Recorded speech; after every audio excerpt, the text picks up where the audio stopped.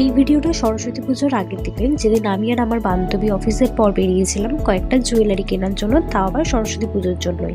যেহেতু আমাদের অফিস বড় বাজারের কাছেই, মানে ক্যানিং স্ট্রিট যেখানে অ্যাকচুয়াল জুয়েলারি মার্কেটটা, সেখানেই, তাই জন্য খুব একটা টাইম লাগে না। তো ফার্স্টেই আমরা এই দোকানটায় ঢুকে কিছু নেক পিস দেখছিলাম। এই দোকানটাতে প্রচুর অ্যাফোর্ডেবল প্রাইসে জিনিস পাওয়া যায়, সব রকম জিনিসই এখানে আছে। আমরা এখানের মধ্যে কিছু দেখছিলাম, এই যে এই ব্যাঙ্গেলস গুলো, আর দেখছিলাম এই নেক পিস গুলো। এখান থেকে আমরা এই দুটো জিনিস নিয়েও ছিলাম দুজনে। তারপর ওখান থেকে বেরিয়ে অন্য কিছু কেনার উদ্দেশ্যে গেলাম। বাট এই যে রাস্তাটা ঢুকে গেছি, এখানটা শুধু হোলসেল মার্কেট, হোলসেল ছাড়া কোনো সিঙ্গেল পিস এখানে দেয় না। তো তারপর আমরা যেতে যেতে দেখলাম এই চুড়ির দোকানটা, এই চুড়িগুলো মাত্র 60 টাকা দাম।